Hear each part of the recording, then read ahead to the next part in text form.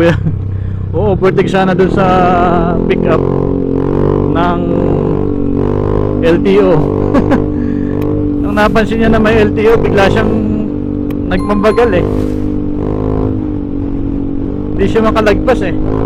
Ito sa harap natin LTO.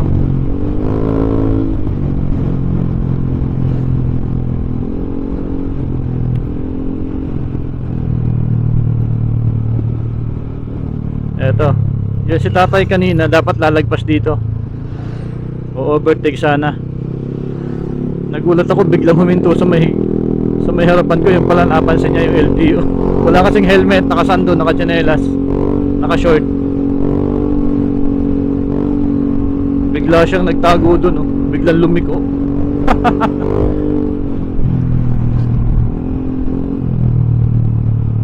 Ito yung port. Hindi ko lang alam kung pwedeng dito, magtambay. Ayan, oh.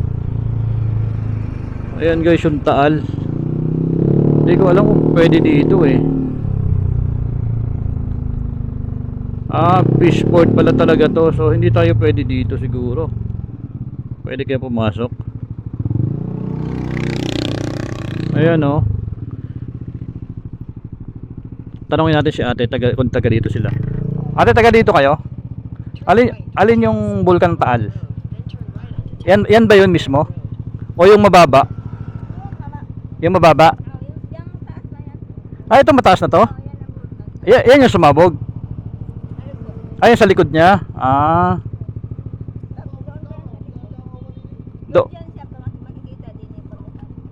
Pag dito. Saan ba siya kitang kita? Doon? Paikot ba?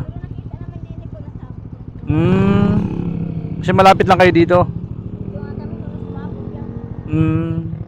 Thank you. So ito pala yung Taal guys, oh. Yun, yung medyo maputi pa yung yung medyo maputi pa yung bundok. Hindi ko lang alam kung pwede magpalipad ng drone dito.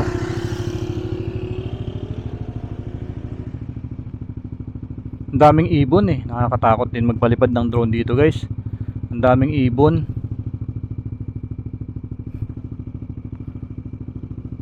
Try kong i-zoom. Okay, try ko ah.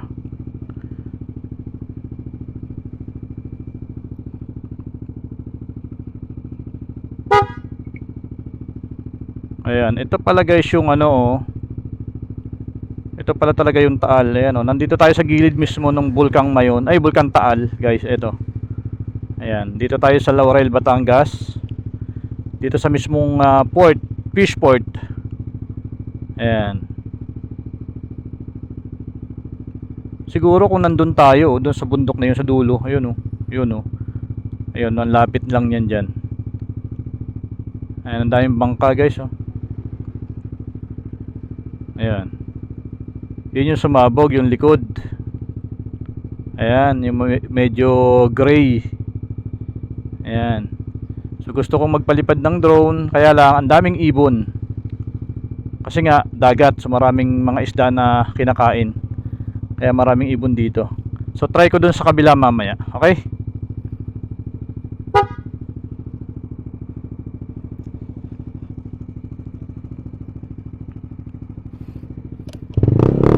Doon tayo sa may doon tayo sa walang sa walang.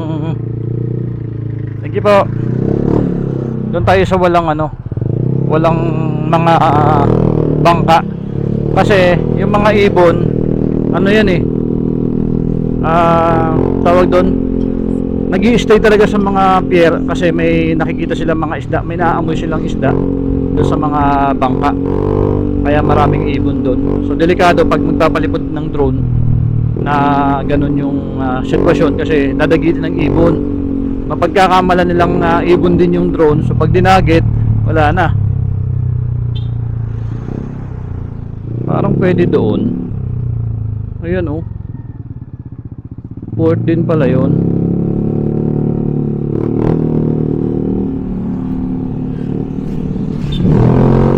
Nandito tayo sa likod ng mismong bulkan. Ayan, ito yung nakikita natin bundok na yan. Ayan. Ayan, stay lang tayo dito saglit. Ayun, nandun tayo kanina sa baba. Yung bundok na nakikita nyo na yan, yan yung nasa aklat, yan yung nasa libro.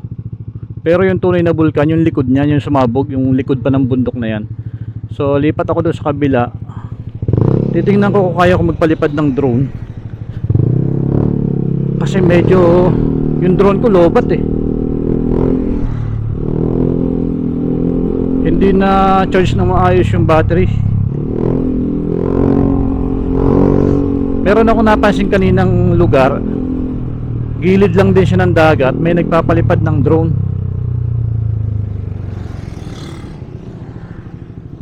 Tawid. At hindi man lang nag-a-assist tong mga ano dito, bantay dito.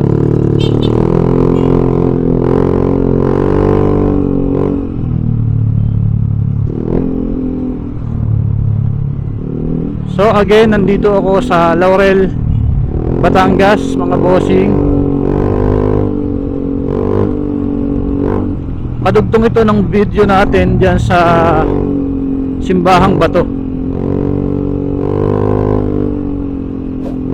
Sana makita ko ulit yung lugar kanina, yung may napansin ako nagpapalipad ng drone eh. Hindi ko matandaan kung saan banda, pero tabing dagat siya.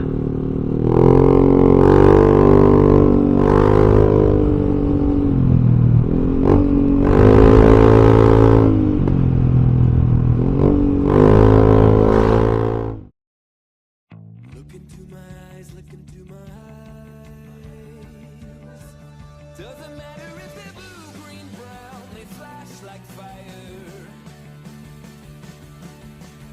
Colors of the earth, colors of the earth. Take your flag and stick it where you like, I'm reaching higher. Oh darling, and if you think the planet's grip can hold me back, I am a rocket, there's no way. Bye sa Taal.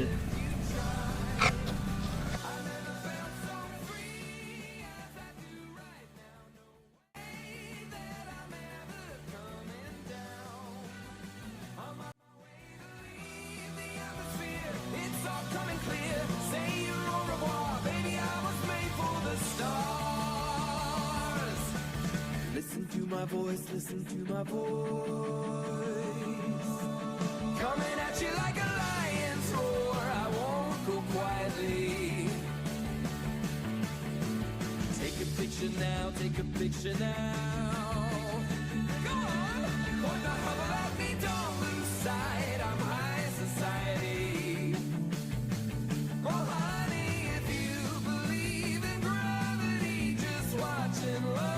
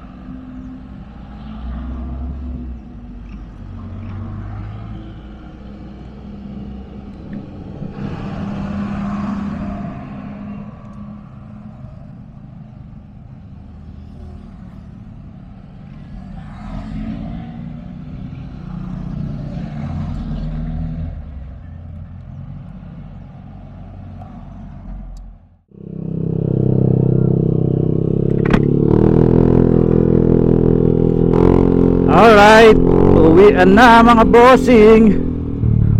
4:14.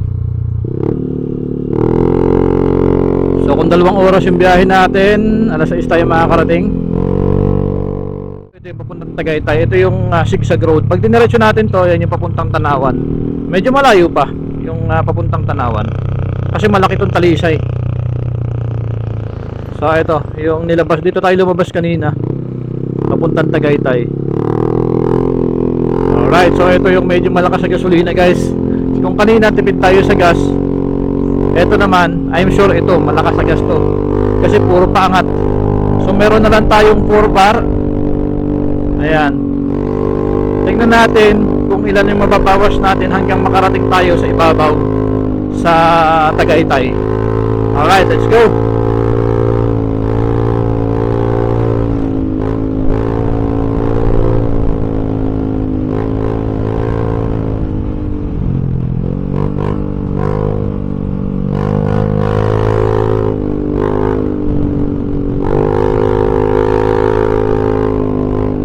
Sa mga ganitong klase ng daan, dito ko mas na-experience makaamoy ng clutch. Alam mo yung mga feeling na sunog na clutch.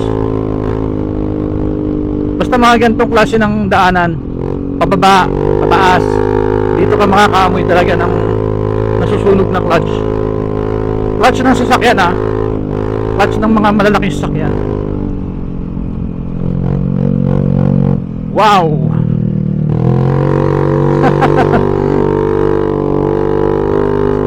So hindi pa yun guys hindi pa yun yung paliko na sobrang likong-liko.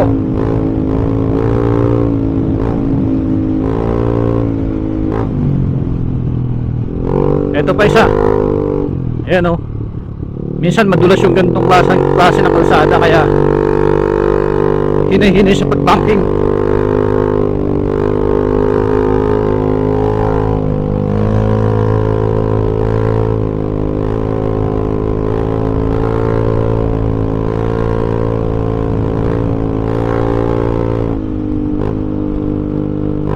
Ito pa yung isa.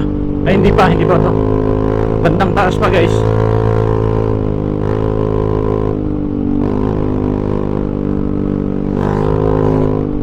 Dito natin masusubukan kung gaano katapid itong ini-endorse ni Colonel Busita. Ayan yung gamit kong gulong ngayon, Beast Tire soft rubber. Makapit nga boss, mga bossing. Ayan wow, sarap pumangking dito.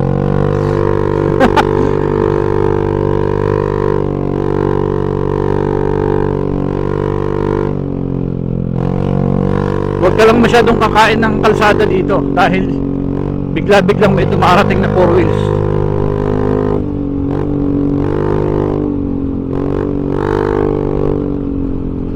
Ang haba.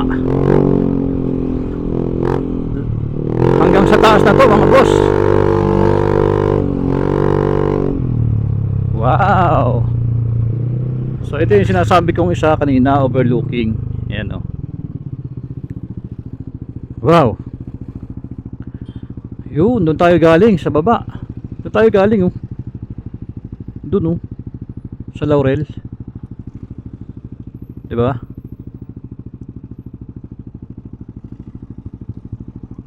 Ayan pag diyan ka nahulog siguro naman mabubuhay ka dito, wag ka lang tumama sa malakas na, sa matitigas.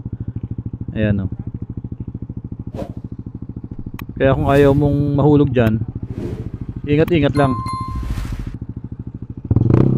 Alright, let's go.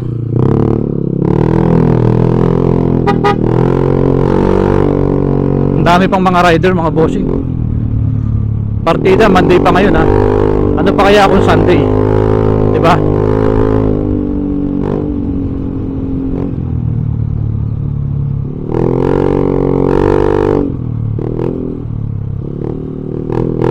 Takas to kapit.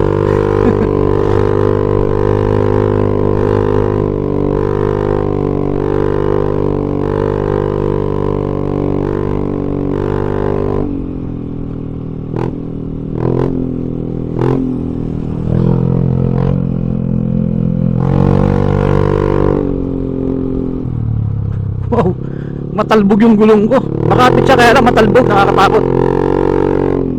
Ito, bawi.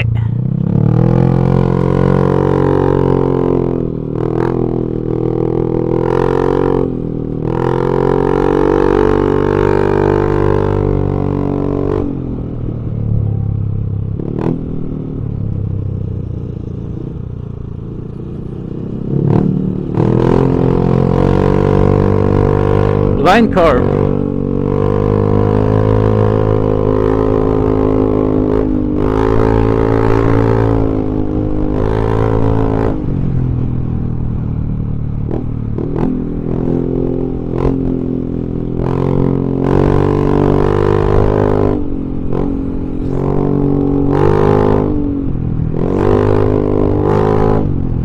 So itong kalsada na to guys, ito naman yung Tagaytay Kalamba.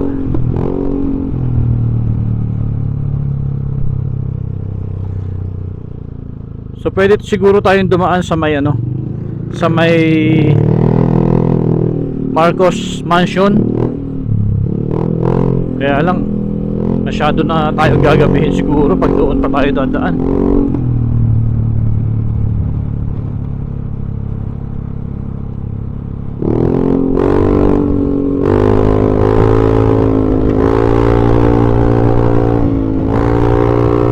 Bahala na.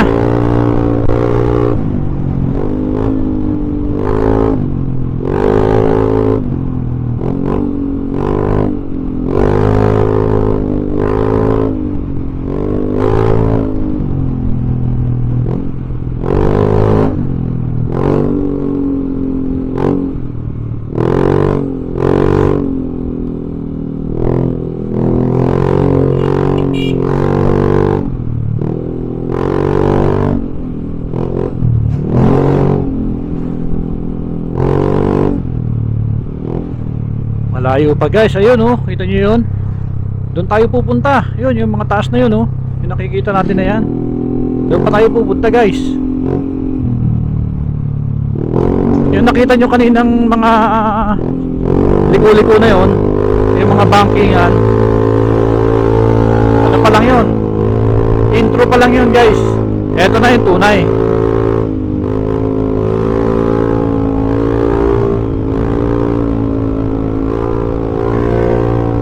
Ito yung tunay. Ayan, kita nyo yung bahay na yun. Doon tayo galing, doon tayo dadaan.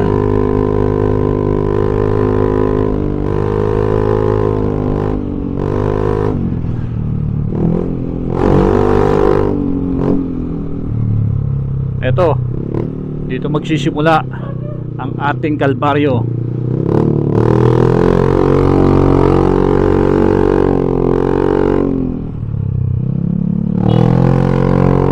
Alam ko may video na ako nito eh.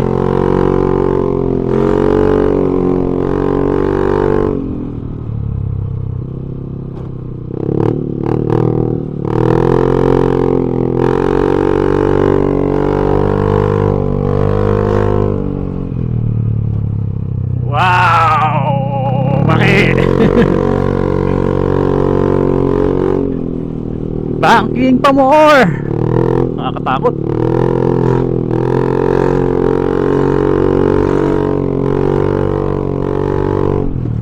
Ito pa. Wow.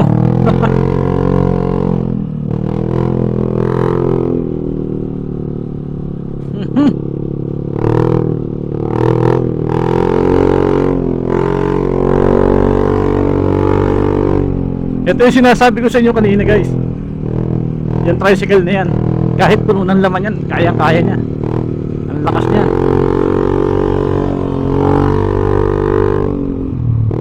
Ayan yung bahay na tinuturo ko sa inyo kanina.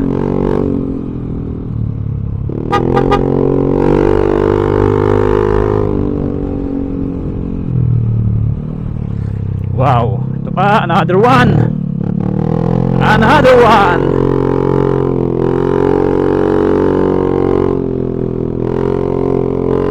Konti na lang. Konting-konti na lang.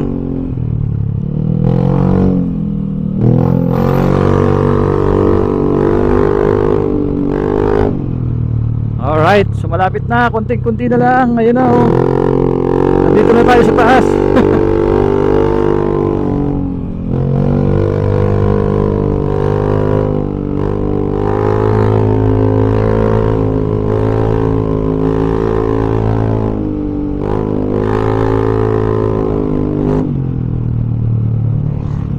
Hi, thank you Lord.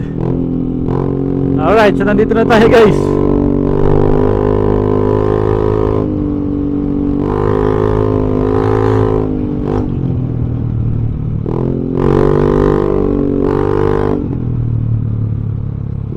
Eto, Tagaytay Kalamba na tong ating tinatahak.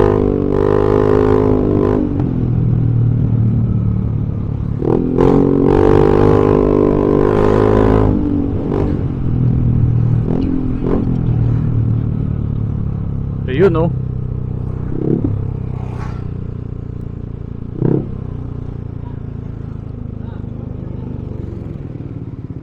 Alright. Yung papunta doon, yung pakaliwa, yun yung papunta ng Sky Ranch.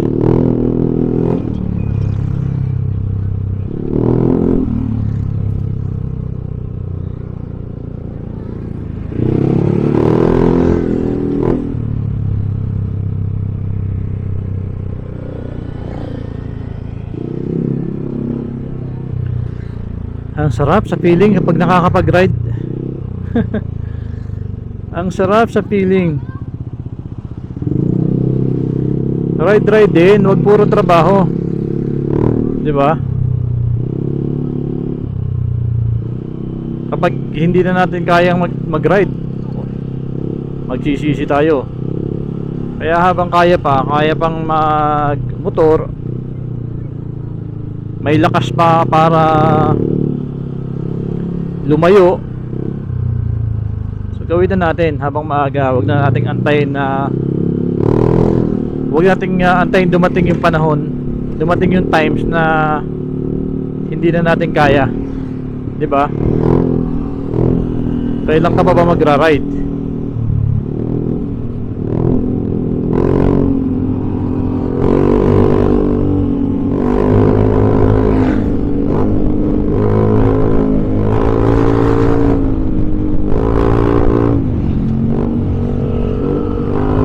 Wag puro trabaho. Mag-ride ka din.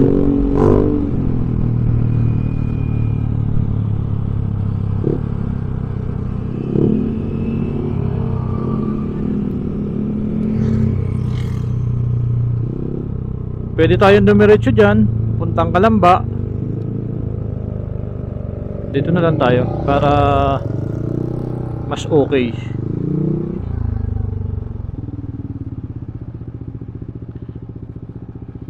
Kasi wait lang ha. Tingnan natin kung saan mas mabilis ang way, guys. Tingnan natin kung saan tayo mas mapapabilis. Kasi dito medyo traffic na ngayon. Okay? Testingin natin kung saan tayo mas mapapabilis.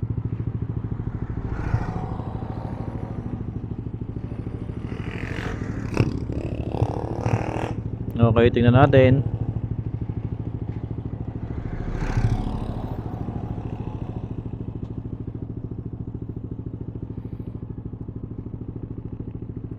So dito, ito talaga pinakamabilis.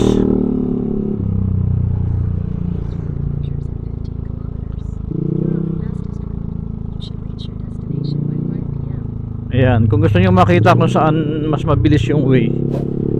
Alright, so dito na lang. Let's go.